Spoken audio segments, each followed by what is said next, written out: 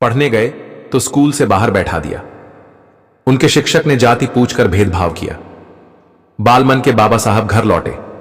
मां से पूछा, हमें पढ़ने का अधिकार क्यों नहीं? मां ने कहा, क्योंकि हम उनकी नीची जाति में आते हैं। बच्चे ने पूछा, यह कैसे पता कि हम किस जाति में आते हैं?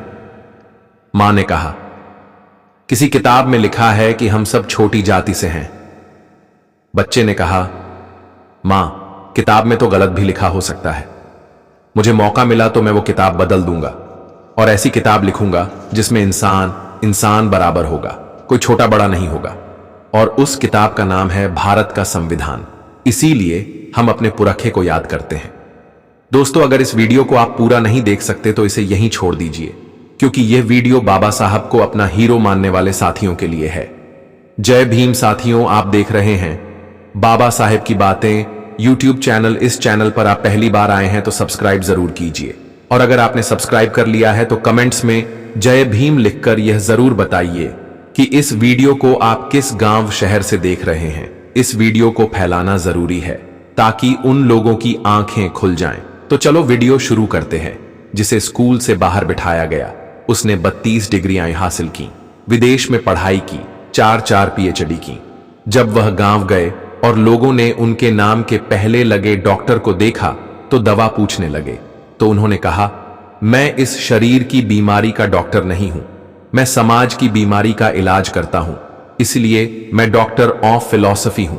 हमारा प्रोफेशन शिक्षक का है और मैं कहना चाहता हूं, जिसे पढ़ने नहीं दिया गया उसने कलम नहीं छोड़ी।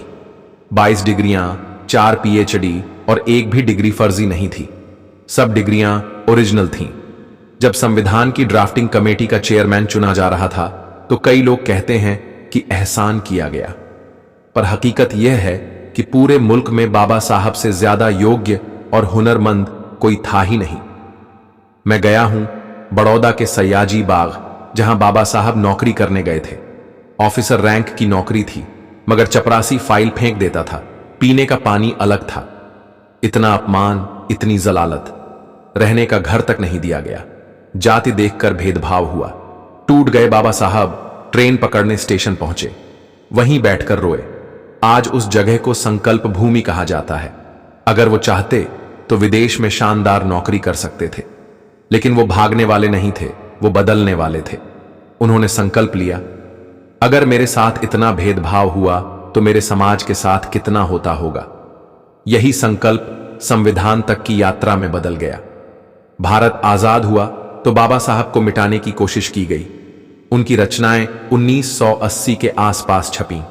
भारत रत्न मिला 1990 में। 40 साल लग गए भारत रत्न देने में, लेकिन बाबा साहब को भारत रत्न की जरूरत नहीं थी।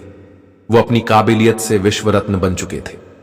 जब हमारे हाथ में किताब आई तो हमने अपना इतिहास पढ़ा। संविधान में जो अनुच्छेद 154, 164, 340 जैसे प्रावधान हैं, वो बाबा साहब की देन है, जिनसे ओबीसी को हक मिला।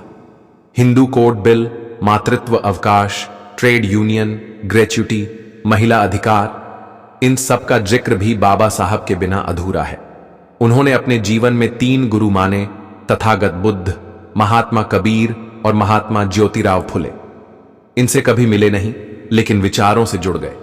जब संविधान की प्रस्तावना पर चर्चा हो रही थी, कुछ लोगों ने कहा कि संविधान की शुरुआत ईश्वर के नाम से हो, पर बाबा साहब ने वो प्रस्ताव वोटिंग में रखवाया। 40 लोग पक्ष में थे, 68 विरोध में। इसलिए संविधान शुरू हुआ। हम भारत के लोग, न कोई भगवान का नाम, न किसी एक मजहब की छाप, क्योंकि देश जमीन से नहीं उसके लोगों से बनता है। इसलिए संविधान सबका है। हिंदू, मुस्लिम, सिख, ईसाई सब बराबर हैं। बाबा साहब के पास मौका था बदला लेने का, मगर उन्होंने बदला नहीं लिया, बदलाव किया।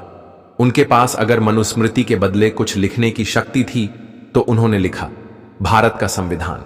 इस संविधान में बदले की एक भी लाइन नहीं है। इसमें न्याय, समता, स्वतंत्रता और बंधुता है। आज जब सर्वोच्च न्यायालय में उनकी मूर्ति लगी तो ये सिर्फ एक मूर्ति नहीं थी, ये चेतना थी, चेतावनी थी कि अगर किसी ने न्याय से छेड़छाड़ की तो ये तस्वीर भी डराएगी। आज सबसे ज्यादा मूर्ति अगर किसी की बनी है तो बुद्ध की, और सबसे ज्यादा मूर्ति तोड़ी गई है तो अंबेडकर की। बाबा साहब इसलिए बाबा साहब बन पाए क्योंकि उन्होंने कहा था, शिक्षा शेरनी का दूध है, उसे जो पिएगा वो दहाड़ेगा। आज वही हो रहा है। बाबा साहब भारत ही नहीं, दुनिया के सबसे बड़े आइकॉन हैं, न्याय, समानता और मानवता के। आज देखिए, देश नहीं, दुनिया में जन आंदोलन और न्याय की हर लड़ाई में अगर कोई सबसे बड़ा आइकॉन है तो वो हैं बाबा साहब डॉक्टर भीमराव अंबेडकर। ये इस देश का सौभाग्य था और बाबा साहब का हुनर था, और इसलिए हम जब बाबा साहब को याद करते हैं तो संविधान को भी याद करना चाहते हैं। हम ये बात कहना चाहते हैं कि इस संविधान में हिंदू, मुस्लिम, सिख, ईसाई सबको समान लिखा है। हां, सबको समान लिखा है, मिटाकर जाति पाति भेदभाव बाबा साहब ने संविधान लिखा है। सब कुछ मिटाकर, फर्क मिटाकर, गैर बराबरी को मिटाकर। और एक बात नागपुर से पूरे देश को सुननी और समझनी चाहिए, हमारा अगर कोई 100 रुपये चुरा ले, हमारे पिता का अपमान कर दे, हमें कोई ठेस पहुंचाए, तो हम उस बात के इंतजार में रहते हैं कि मौका मिलेगा तो बदला लेंगे। बाबा साहब के पास भी मौका था। हजारों साल से जिनके पुरखों का अपमान किया गया, जिन्हें इंसान तक नहीं समझा गया, बाबा साहब के हाथ में कलम थी। वो चाहें तो लिख सकते थे कि तुमने 2000 साल तक हमें अछूत बनाया, अब हम तुम्हें 200 साल तक अछूत बनाएंगे। मगर बाबा साहब डॉक्टर अंबेडकर ने अपने पुरखों के अपमान का बदला नहीं लिया।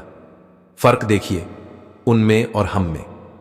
उनके पूर्वजों को मौका मिला, उन्होंने मनुस्मृति लिखी, और हमारे पूर्वज को मौका मिला तो उसने भारत का संविधान लिखा, जिसमें सब बराबर है, कोई किसी का बदला नहीं ले रहा। और यही बात इस देश को समझनी चाहिए। भारत के संविधान में बदला लेने की एक भी लाइन नहीं है, और जो प्रस्तावना है उसमें केंद्र में क्या है? न्याय का मूल्य है, समता का मूल्य है। और बाबा साहब इसलिए बाबा साहब बन पाए क्योंकि उन्होंने अपने जीवन में 3 गुरु बनाए थे। पहले तथागत बुद्ध, दूसरे महात्मा कबीर और तीसरे महात्मा ज्योतिराव गोविंदराव फुले। मैं जब आज के वक्त में खड़ा होता हूं तो सोचता हूं कि अगर हम सब अंबेडकर को अपना गुरु मान लें तो अपने आप उस पूरी विरासत से जुड़ जाएंगे जिससे बाबा साहब जुड़े हुए थे। बाबा साहब को न तो बुद्ध मिले थे, न महात्मा कबीर, न ही महात्मा फुले, मगर उन्होंने इन तीनों को अपना गुरु माना। कबीर ने कहा था, मोह को कहां ढूंढे रे बंदे, मैं तो तेरे पास में, ना मैं मस्जिद, न काबे कैलाश में, ना मैं झप में, न तप में, ना मैं व्रत उपवास में, खोजी हो तो तुरंत मिलूं पल भर की तलाश में। ऐसे गुरुओं से बिना मिले भी बाबा साहब ने उन्हें अपने राजनीतिक और सामाजिक गुरु माना।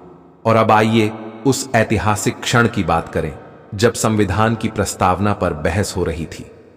संविधान सभा में एक सवाल उठा कि प्रस्तावना की शुरुआत किस शब्द से हो। H.W. कामत ने सुझाव दिया कि शुरुआत ईश्वर के नाम पर हम भारत के लोग से होनी चाहिए। गोविंद मालवीय ने संशोधन पेश किया कि परमेश्वर की दया से भारत का संविधान शुरू हो। और फिर एक सदस्य बोले कि प्रस्तावना में भगवान और गांधी का नाम होना चाहिए। इस पर बाबा साहब ने कहा, इस पर वोटिंग होनी चाहिए। कुछ बोले, भगवान के नाम पर वोटिंग कैसे? तो हाथ उठवाया गया।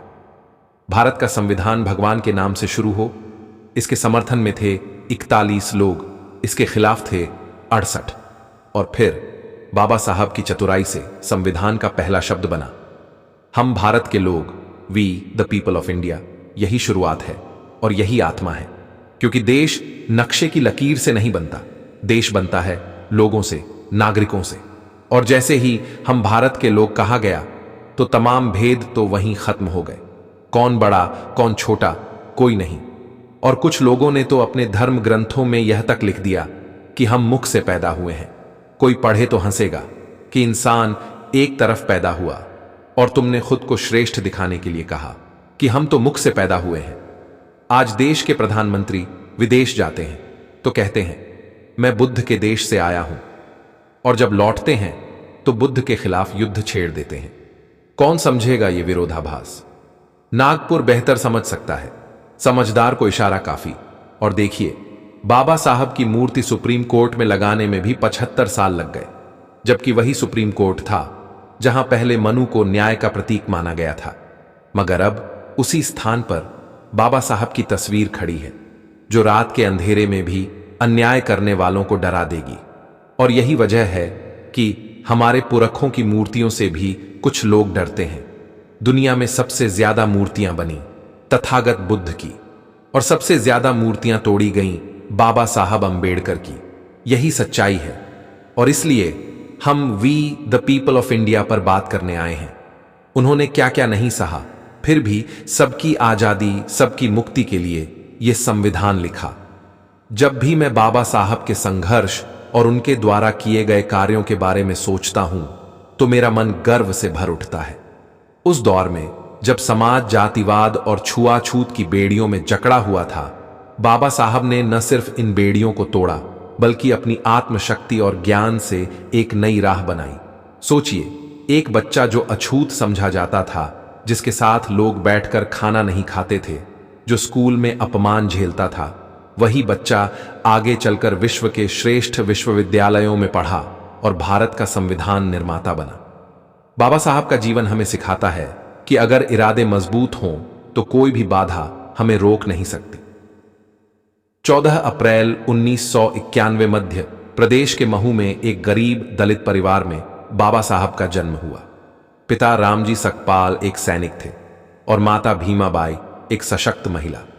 बचपन में ही मां का साया सिर से उठ गया, लेकिन बाबा साहब ने हार नहीं मानी। गरीबी, तिरस्कार और सामाजिक भेदभाव के बीच उन्होंने शिक्षा को अपना हथियार बनाया और संघर्ष को अपनी ताकत, जिसमें हर इंसान बराबर है। याद रखिए, अगर आज आप खुलकर सांस ले पा रहे हैं, स्कूल में पढ़ पा रहे हैं, अपने हक की बात कर पा रहे हैं, तो वो इसलिए क्योंकि किसी ने आपके लिए रातें जागकर संविधान लिखा था। किसी ने छुआछूत और भेदभाव की जंजीरें अपने खून और आंसुओं से तोड़ी थीं। वो थे डॉक्टर भीमराव अंबेडकर। अब बारी हमारी है। शिक्षा हमारी ढाल है, विचार हमारी तलवार, और मिशन हमारा है न्याय, समानता और आत्मसम्मान। अगर आप भी इस क्रांति का हिस्सा बनना चाहते हैं, अगर आपके दिल में भी बाबा साहब के लिए वही आग है, तो इस मिशन में हमारे साथ जुड़िए। इस चैनल को सब्सक्राइब करें, वीडियो को शेयर करें और आवाज बनिए उस भारत की जिसका सपना बाबा साहब ने देखा था। क्योंकि लड़ाई अभी बाकी है, क्रांति अभी जिंदा है और इतिहास फिर से लिखा जाएगा आपके साथ। जय भीम, जय भारत।